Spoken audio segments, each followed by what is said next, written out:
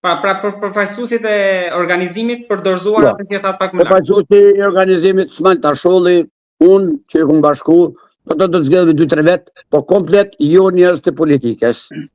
Por ndërkohë që njerëz të politikës janë përfshirë shumë tek protesta pas ditën e sotme në Tiranë. Ju si keni parë nga udhtimi zhvillimet e 2 ditëve të fundit? Do shta këtë moment e prishi pak politika.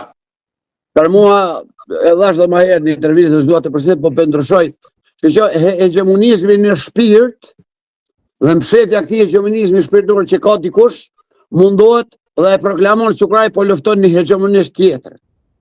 Prandaj, vujtja dhe karriera për spari për mos guximin e tij, këto që e kanë përvojën në luftë. Ata që s'kishin guxim t'i bashkon luftës lirimtare, ata thonin që është luftë pa drejtë dhe është luftë e njerëzve të pa shkollë, të pa dishëm. Por ja që kurrizumin një liri të plot që përshfrytëzojnë edhe ata.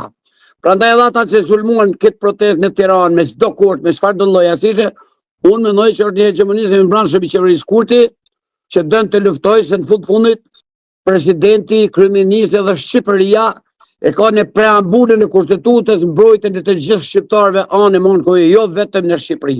Kështu që ka detyrë kushtetuese mbrojtje dhe përkraje. Dhe të flasin e për këto sëmë të tjera.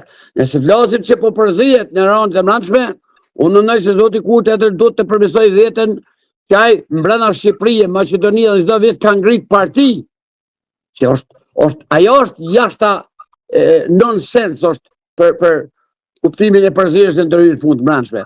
Por nuk ka nonsens të mbrojësh shqiptarët ku do të jesh, aq më tepër ku kushtetut që e bën zoti Rama tash për tash dhe ky të akuzohet për këtë send, ndërsa vetë që ka detyrë dhe ka qytetarët e vet në burg atje, kolegët e vet, po i ka edhe bashkëpartiakun e vet, jo vetëm që nuk bën ndihmën, pa e lufton ti mungoj resurset e ndihmave. Do të nuk ngrit as një komision, nuk financon asnjë dhe hek i zbrit sanksionet që me ligje ju takojnë për mbrojtjen e njerëzve që atje akuzohen. Pa dashur të bëj avokatin e tij për atë kryeministin detyrë të Kosovës, por tek deklarata e vetëvendosjes, sigurisht që nuk mund të bësh pa lejen e Kurtit.